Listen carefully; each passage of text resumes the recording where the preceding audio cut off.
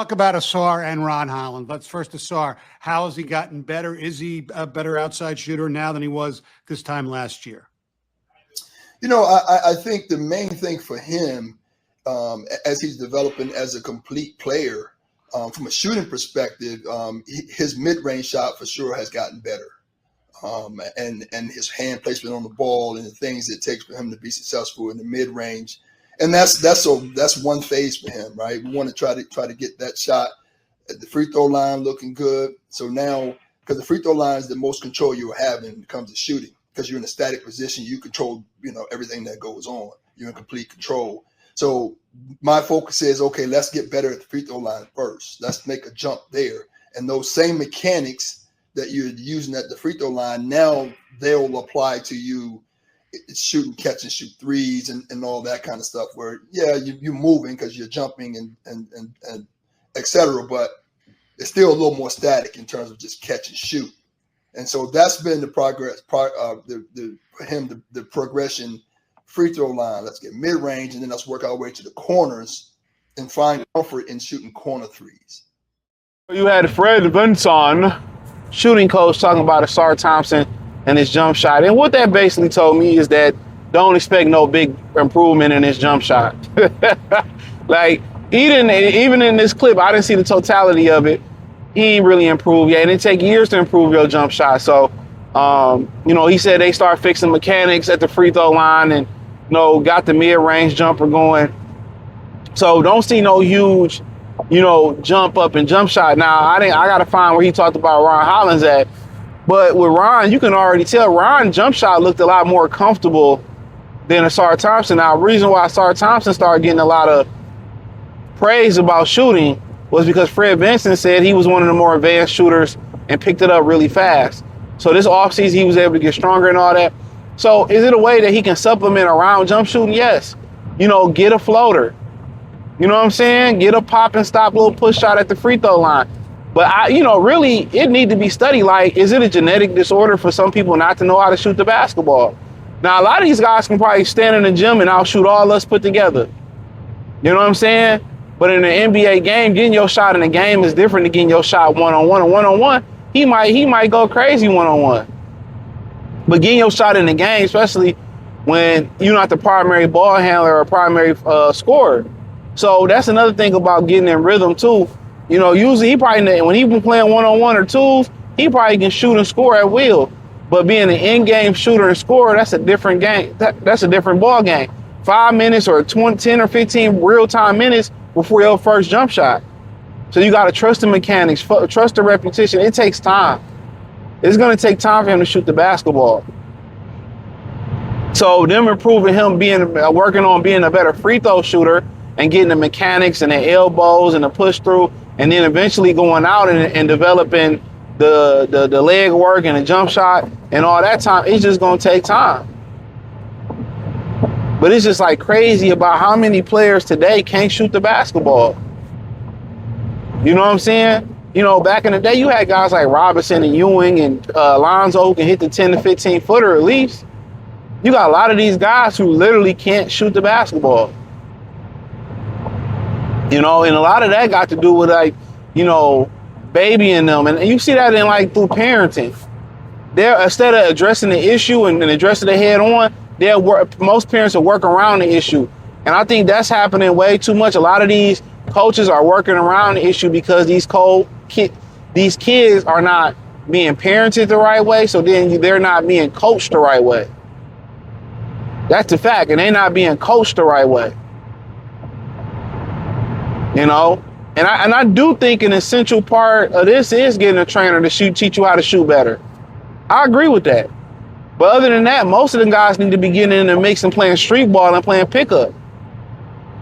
You know what I'm saying? That's how you really build your creativity as a basketball player. Get you a crossover. Get your toughness. Play through contact. Play through physicality. Everything is in a controlled environment. The pickup games are controlled.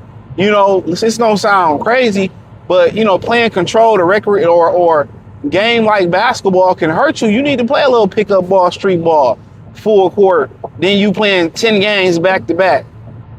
That's how you create your creativity. That's how you pull from this guy, that guy. A lot of the great ball players, you know, yeah, they seen Michael Thompson, Michael Cooper, Michael Jordan, Magic Johnson, but a lot of George Gervin, Spencer Haywood, who's from Detroit, by the way, him and George Gervin, I believe, from Detroit.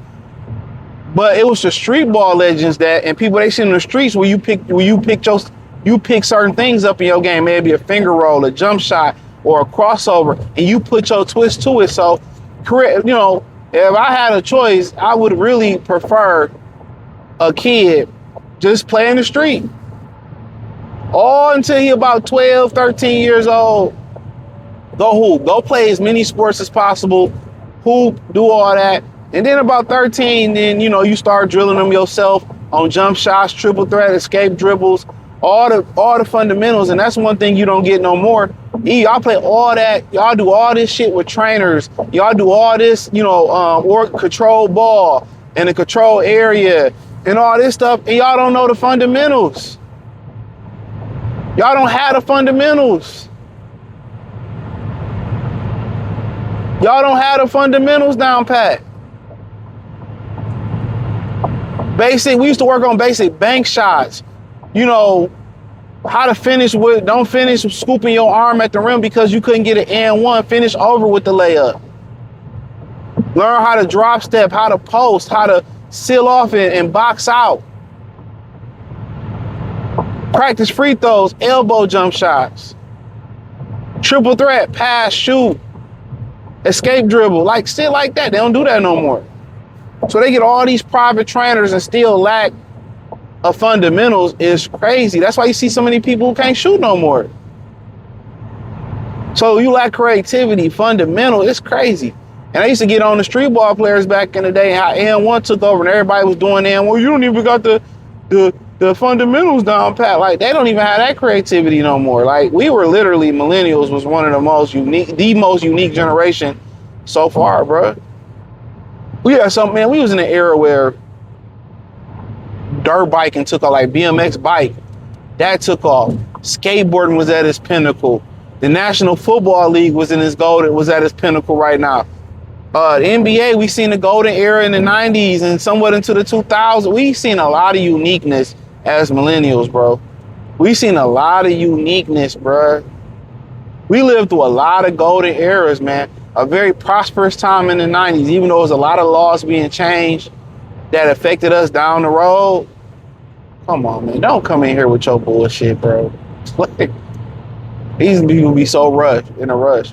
But ultimately, I think for him, you know, dog, yes, bro. Why are you, like, I just don't understand these drivers, bro. You see a semi truck right there trying to get over and you just such in a rush. You're in a rush and almost made this man be in an accident, bro. And they don't be going absolutely nowhere. I'm telling y'all, man, they need to do driver's license reform. That whole truck could have caused a major accident because you're rushing to get where, bro? There's no traffic. Like, I be just wondering, bro, like, and apparently 2 people died on this freeway. The last couple days, 2 people. And you just sit there and you just wonder, like, people think it's a game, bro. Driving ain't a game, man. But hey, it is what it is.